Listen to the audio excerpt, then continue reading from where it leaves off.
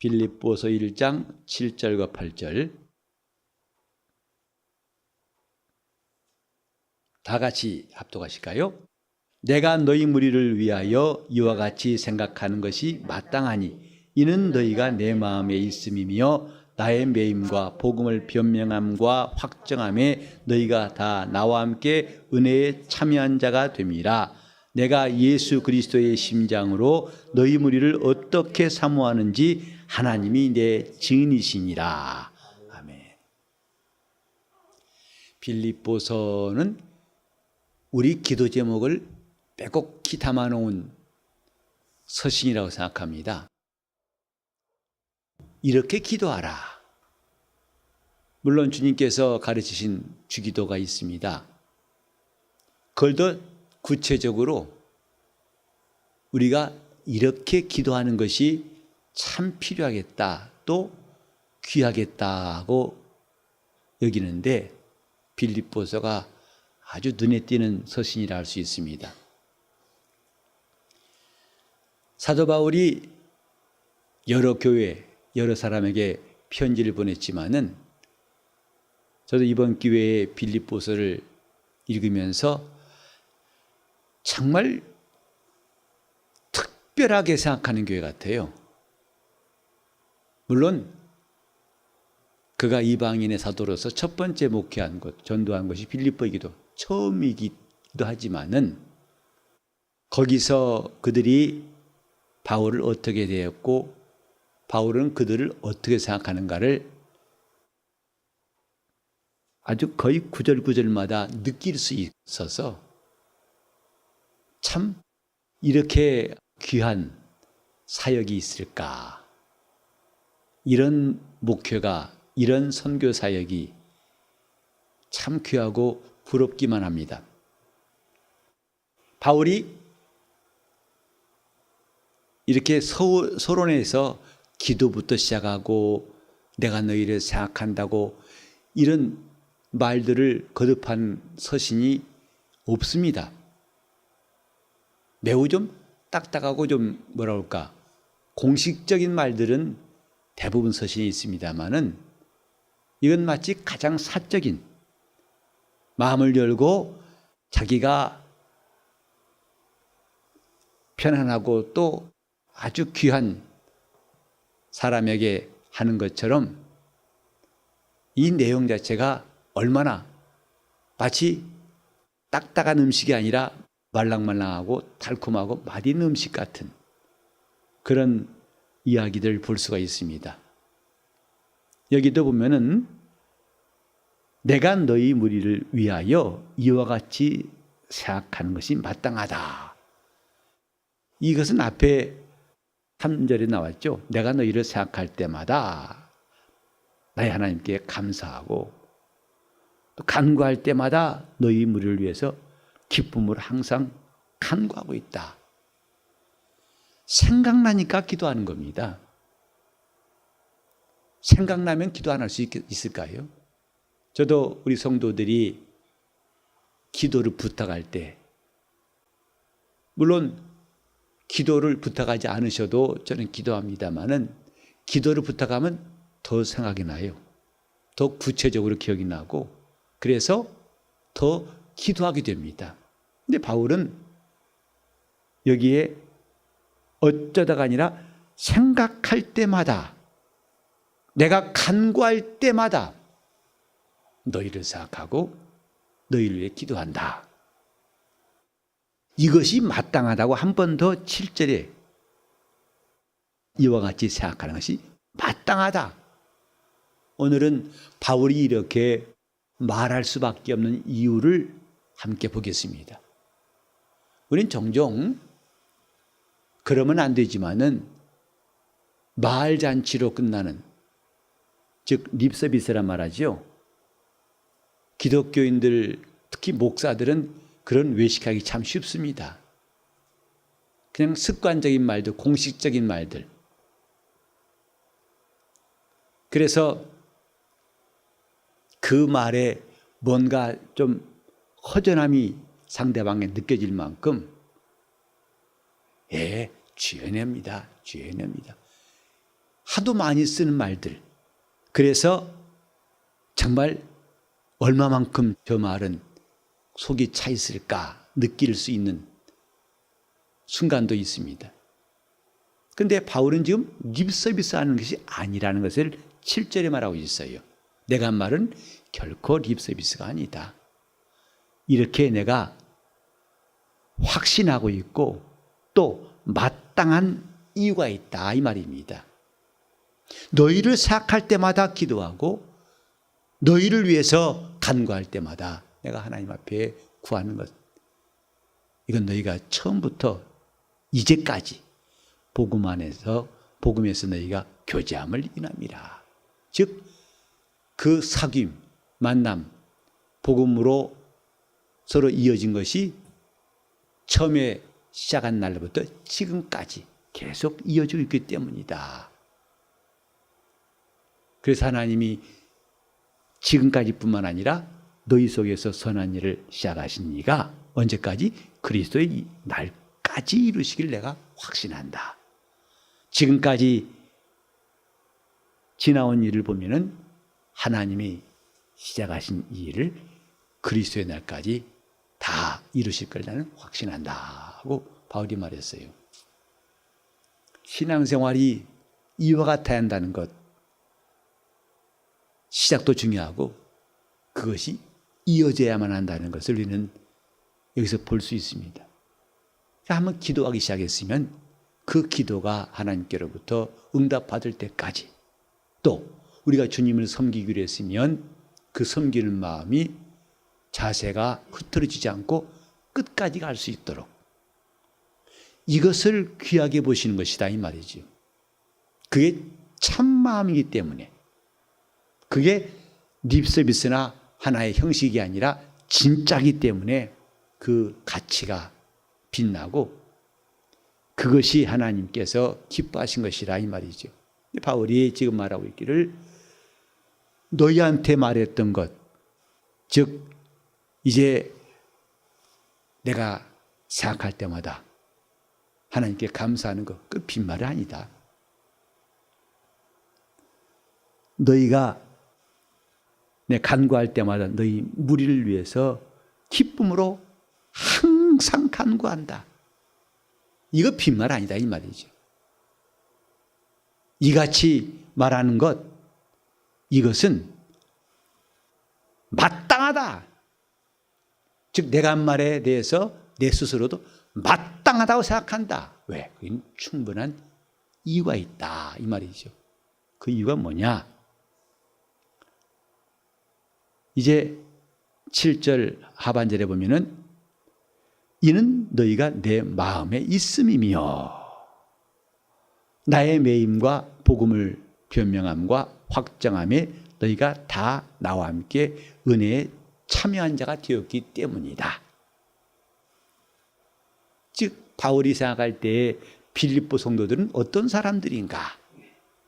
그들은 은혜 받은 날부터, 바울이 전도해서 은혜 받은 날부터, 은혜 받은다면 각각 뿔뿔이 자기 길로 간 게 아니라 그때부터 이제 나의 매이는 것, 지금 바울은 옥에 갇혀 있지요. 복음을 전하다 갇혀 있습니다. 그리고 그 다음에 복음을 이 변명한 말은 변호한다는 말이에요. 복음을 변호한 일에 또 그걸 확정하는 일에, 그리고 이것 때문에 오는 고난에 대해서 너희가 다 나와 함께 은혜에 참여하는 것이기 때문이다.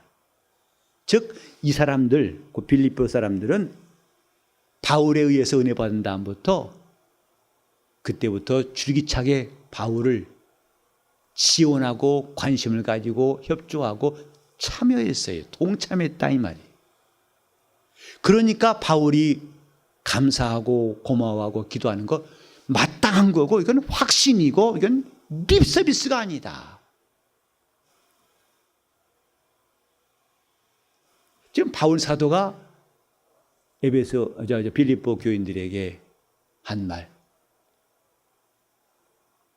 우리는 종종 거칠게 말하기 쉽지만은 바울은 여기서 이건 빈말이 아니다, 이건 참말이다 하는 것을 밝히고 있습니다. 우리가 그저 영혼 없는 말이라고 그러죠. 별 뜻도 없는, 마음도 없는 말들을 하는 경우가 가끔 있는데, 바울은 지금 그런 말이 아니다 이 말이에요. 진심이에요. 왜?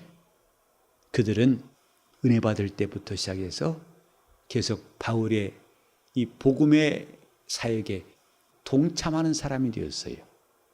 바울이 갇힌 것도 부끄러워하지 않고 오히려 그를 도우려고 그들은 할 수만 있으면 여러 방법들을 사용하지 않습니다.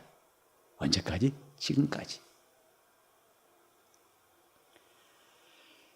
아까 408장을 불렀는데 그 찬송이 예수 그리스도의 은혜의 바다로, 왜 우리는 이 얕은 물가에 찰싹거리는 물결 보고 마음이 두려워서 더 나가지 못하는가?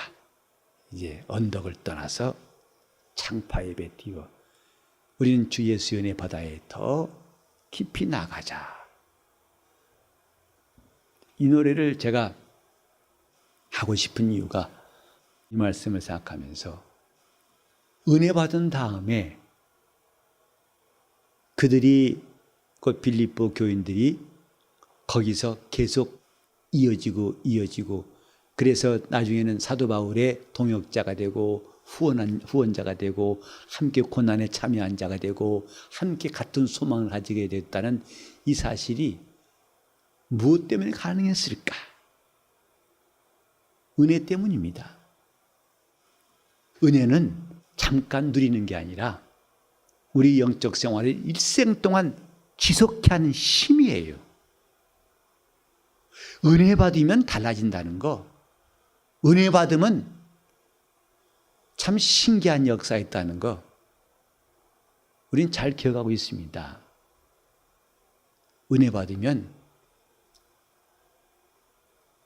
안 변한 사람이 아무도 없어요. 그러니까 변하지 않는다는 것은 한마디로 은혜 받지 못했다는 것이라고 할 수 있습니다. 저는 직접 김장을 안 해봤지만은 김장한 걸 많이 보았어요. 그때 그 아주 탐스러운 배추를 반딱 짜게 가지고 그 배추에다가 소금을 절이죠. 그러면 그 소금물에 하루만, 그러니까 다음날 배추를 김장하려 보면요, 그렇게 뻣뻣한 배추가 참 부드러워지다 못해 버드나무 가지는 저리 가라예요.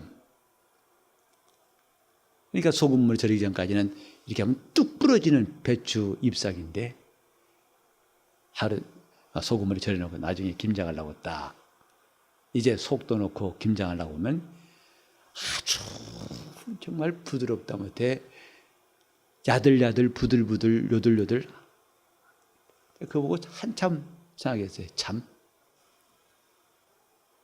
그 속이라고 하는, 여러분들 뭐라고 하세요? 그게 각종 양념, 맵고 짠 거, 잔뜩 빨간 고추장과 함께 하는 거, 그것을 이 잎사귀 사이에 넣을 때 사람 같으면 따고 짜 힘들어.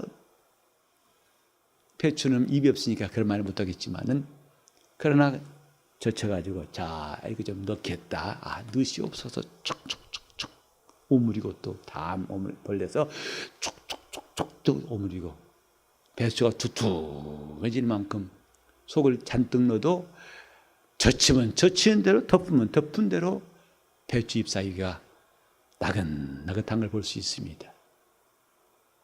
그게 은혜 받은 성도들의 심령을 바로 형상화한 것 같아요. 아, 저렇구나. 은혜 받으면 저렇게 우리 주님께서 원하시니라면 아무 소리 않고 군소리 하지 않고 그저 네. 그 힘이 어디서 나올까? 은혜 받은 것 때문이다고요. 목사도 은혜 받아야 그렇게 부드러워지고 교인들도 은혜 받으면 다른 소리가 나오지 않습니다. 그런데 사도 바울의 마음속에는 이 빌립보 교인들이 은혜를 받고 은혜에 참여한 다음부터 그들이 지금까지 시종 이어진 일들이 다 한결같이 사도 바울의 이 복음을 위해서 일하는 것을 그들은 전적으로 협력하고 동의하고 함께하는 사람들이 되어왔다는 것, 그것이 마음에 지워지지 않습니다. 그러니까 빌립보 교인들을 생각할 때마다 하나님께 감사가 나오는 거예요. 정말 이런 역사를 이루신 하나님께 감사가 나오고 그들이 자기를 이렇게 돌보고 사랑한 것이 감사가 나오고 감사한 거죠. 이 모든 일이 가능한 게 뭐냐? 은혜 때문이다 이 말이에요. 그저 우리는 다른 거 없습니다. 은혜 받기를 사모해야 됩니다. 은혜가 말라버리면 아멘도 안 나오고, 은혜 말라버리면 다 영적 생활이 다 갑자기 귀찮아지고 힘들어지고, 왜 이걸 내가 일찌감치 믿어서 고생인가, 나중에 늦지막이 한 80 넘어서 믿지, 이런 말 나올 수밖에 없지 않습니까? 그런데 은혜 받으면 빨리 예수 믿는 게 감사하지 않습니까? 내가 이렇게 하루라도 빨리 믿고 내가 더 일할 수 있는 기회, 더 주님을 섬길 수 있는 기회가 되는 것이 참 감사하다. 참 이게 은혜 받은 차이야 얼마나 큰지 몰라요. 바울은 그래서 빌립보 교인들이 잊을 수가 없는 거예요. 그래 여기 보면은 너희가 내 마음에 있음이여. 너희가 내 마음에 있다. 정말 사도 바울과 빌립보 교인 간의 이 교제, 저는 전에도 빌립보서를 읽었습니다만 이번처럼 더 깊이 들여다볼 수 있는 기회가 없었는데 참 부럽습니다. 나도 이런 목회를 해야 되겠구나. 너희가 내 마음에 있음이여. 근데 생각하실 때에 아이고 뭐 바울하고 빌립보 교인들하고 이게 뭔 상관이라 오늘도 뭐 이렇게 강조하고 난리인가 하고 생각할지 모르겠습니다. 근데 성경이 기록한 것은 지금 바울과 빌립보 이야기하는 것이 아닙니다. 사도 바울이 이렇게 빌립보 교인들 향해서 너희가 내 마음에 있으며 라고 말한 것은 우리 주님과 우리 사이를 떠올리는 것이다 이 말이죠. 이런 관계를 통해서 바울 사도의 마음에 그렇게 큰 감동과 또 감사를 주었던 빌립보 교인들이 주님께 받을 그 관심과 주님이 그들을 마음에 두신 것은 또 얼마나 클 것인가를 우리는 상상할 수 있다 이 말이에요. 결국은 이 편지가 바울과 빌립보 교인들의 사사로운 편지라면 성경에 안 나왔겠지요. 우리는 이걸 통해서 이것을 디딤돌로 해가지고 그리스도와 우리 교회와의 관계를 볼 수 있는 것이 영적인 눈이다 이 말입니다. 그러니까 주님이 우리에게 너희가 내 마음에 있으며 라고 하시는 말씀까지도 우리가 함께 사모하고 상상할 수가 있어요. 주님께서 너희가 내 마음에 있으며 라고 하는 성도가 된다는 것이 얼마나 영광스러울까. 저는 베드로를 위해서 주님이 기도하신 장면을 종종 떠올립니다. 누가복음 22장 31절에 시몬아 시몬아 사단이 너희를 밀가부로 하려고 청구하였으나 나는 내가 믿음이 떨어지지 않게 위해서 너를 위해 기도하였노라. 너는 돌이킨 후에 내 형제를 굳게 하라. 복음서에 주님이 어느 누구를 위해서 딱 집어 기도했단 말은 그밖에 안 나와요. 요한을 위해서 기도했단 말씀도 없고 또 야고보라든지 빌립이라든지 어떤 사도를 두고서 내가 너를 위해 기도했노니라는 말씀이 없습니다. 베드로가 바로 그 주님이 기도하시는 사람이라고 명시되어 있지 않습니까? 내가 너를 위해서 기도하였노라. 신앙은 전체적이기도 하지만 지극히 개인적인 교회라고 그랬죠. 그분과 나와의 관계입니다. 사람들이 다 떠나갈지라도 베드로는 남았었어요. 너희도 가려느냐? 주여 영생의 말씀이 여기 계시오매 내가 네게로 가오리까. 지금 우리가 영적 생활하는 것이 사람들의 시선 의식이 안 나면 피곤할 수 있어요. 그러나 주님의 시선 의식이 안 나면 피곤할 필요도 없고 피곤치도 않습니다. 그분과 관계는 누구도 침범할 수 없는, 또 꾸밀 것도 없고 있는 찰 것도 없는 아주 진실한 관계, 그것이 그분과 우리의 관계가 되기 때문입니다. 주님께서 베드로를 향해서 내가 너를 위해 기도했노라. 왜? 주님의 마음에 있어요. 여기도 바울이 너희가 내 마음에 있음이요. 주님께서 우리를 이렇게 부르시는 걸 한번 상상해 봅시다. 그리고 우리 교회를 향해서 너희가 내 마음에 있다고 하시는 그 음성을 우리가 들을 수 있다면 우리는 어떤 교회가 되어야 할 것인가에 대해서 많이 생각해 봤죠. 어떤 이 땅에 있는 어느 교회를 모델로 삼을 수도 있겠습니다만은 우리는 성경에서 충분히 이런 교회가 되어야겠다고 한 답들이 많이 나와 있습니다. 우리는 이 밤에 정말 주님께서 너희가 내 마음에 있다고 주님께서 기억하시는 교회가 되도록, 그리고 그 교회의 지체, 꼭 필요한 지체가 되도록 주 앞에 간구했으면 좋겠습니다. 너희가 내 마음에 있음이요. 그래서 바울이 다시 한번 강조하죠.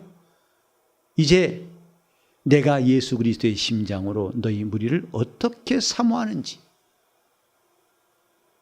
내가 너희를 향한 말과 마음은 결코 립서비스가 빈말이 아니라 진짜인데, 한 번 더 정말 큰 부두점을 찍습니다. 그리스도의 심장으로 너희 무리를 사모한다. 이게 무슨 뜻이냐면 예수 그리스도의 심정으로 너희를 사모한다 이 말이죠. 이 심장이란 말은 이 뱃속이란 말로 원래 그런 단어입니다. 뱃속, 마음속이란 말이죠.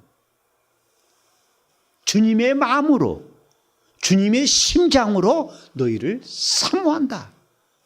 주님께서 친히 이 땅에 오셔가지고 그분이 우리를 향해서 베푸신 은혜를 기억하면서 그분의 마음으로 나도 너희를 사모한다. 그리고 이 일에 하나님은 내 증인이시다. 하나님이 나를 살피신다. 여러분, 우리 기왕 예수 믿으면서 이 성경의 짤막한 2절에 나와 있는 기도의 말씀이 우리에게 이루어지기를 사모해 봅시다. 나도 주님의 기도 속에 있는 사람. 너희가 내 마음에 있음이요. 이것은 그냥 되는 것이 아니고 우리가 주의 은혜 안에 살면서 끝까지 주를 따라갈 때 주님은 그런 칭찬과 관심을 베풀어 주실 것입니다. 영적 생활 잘하는 거 이 땅에 별로 표시가 안 납니다. 예수 잘 믿는다고 다 사업 잘 되는 거 아닙니다. 다 잘 되는 거 아닙니다. 근데 우리는 낙심할 필요가 없어요. 혹 그런 것은 내가 계획한 대로 안 됐을지라도 너희가 내 마음에 있다는 주의 관심은 확실히 얻을 수가 있기 때문입니다. 우리는 정말 이런 교회, 그리스도께서 우리 교회를 향해서 너희가 내 마음에 있다고 그분이 위하여 기도하시고 그분이 생각하시고 이건 참이라고 주님이 다짐하시는 교회가 될 수 있기를 예수 이름으로 축원합니다. 하나님 나라는 가까이 있습니다. 우리는 이제 이 한 절 한 절이 나의 그대로 기도가 될 수 있도록 여러분이 이 말씀을 한 절 한 절 생각하시면서 오늘 기도 제목도 많이 갖고 기도했지만 다시 이 시간만은 내 영혼을 위해서, 우리 교회 전체를 위해서 이런 제목이 될 수 있도록, 주님, 내가 주님 안에 있도록, 내가 주님 마음속에 있도록 내 영혼이 하나님 앞에서 신실하고 신령한 성도로 살게 해달라고, 내 믿음을 굳게 지키고 은혜가 충만하여 피곤치 않고 강하고 담대히 나갈 수 있도록 통성으로 기도하시겠습니다. 하나님 아버지, 우리가 주 예수 그리스도의 은혜를 충만히 받게 도와 주시옵소서. 우리가 주의 은혜 안에 살게 도와 주시옵소서. 우리가 예수를 구주로 믿는 그 순간부터 그 은혜가 시작되어 싸운즉 이제 그 은혜 바다로 점점 더 나아갈 수 있도록 도와주시기 원합니다.